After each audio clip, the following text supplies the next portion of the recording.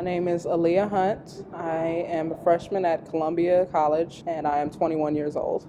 I am from South Holland, Illinois, which is a suburb about 30 minutes outside of Chicago. I am going to tell you about the 3 years that I lived in a motel. My mother had financial troubles. We had trouble hanging on to our first two houses, and after the third one was foreclosed on, we just decided enough is enough and moved into a motel. Actually, it was only supposed to be a temporary thing for like a few months, but it turned into 3 years. I don't think it hit me at first that this is where we live.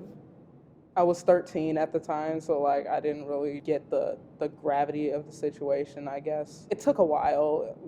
After about 6 months, it's like, okay, this is where we're at. We are living in a motel, not even a hotel. It was embarrassing at school when people would ask me like, "Oh, where do you live?"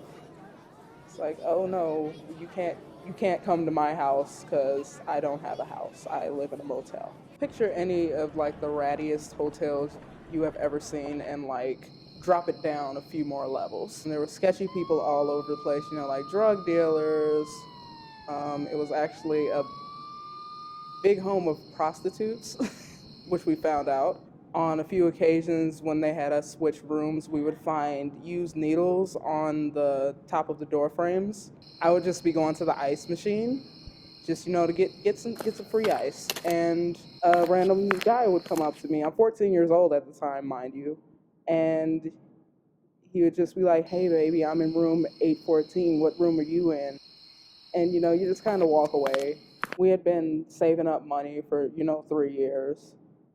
My mother and both of my older brothers had a job at a fast food place, and it doesn't pay that much, but it accumulates. And we just finally hit the point where we could afford like somewhere marginally better than a motel. So we rented a house. I won't go so far as to say it was a positive experience because it's just kind of a bad thing to have to happen. But I definitely learned some things from it.